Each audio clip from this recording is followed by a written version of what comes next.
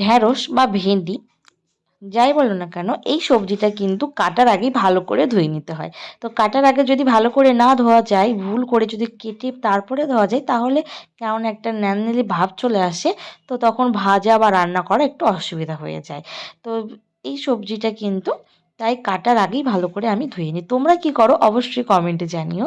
আর দেখো, একটা আমি এখানে রেসিপি করছি। এটা হচ্ছে ছোটোবেলায় আমার মা খুব রান্না করে, তো মানে রান্না করতো, তো খেতে খুব ভালো লাগতো। তো বিয়ের পর থেকে আমি যখন রান্না করি, তখন যতবারই করি না কেন অত টেস্ট যেন আসে না। মায়ের হাতের রান্না যেন অন্যরকমই লাগে। তো দেখো, একটু বেশি পরিমাণে আমি তেল দিয়ে দিলাম একেবারে। তো তার ভেতরেই আমি মানে ভেন্ডিটাকে ভেজে সর্ষে কাঁচা লঙ্কা পেস্ট করে দিয়ে দিয়েছি। এবার দিয়ে দেবো একটু গরম জল।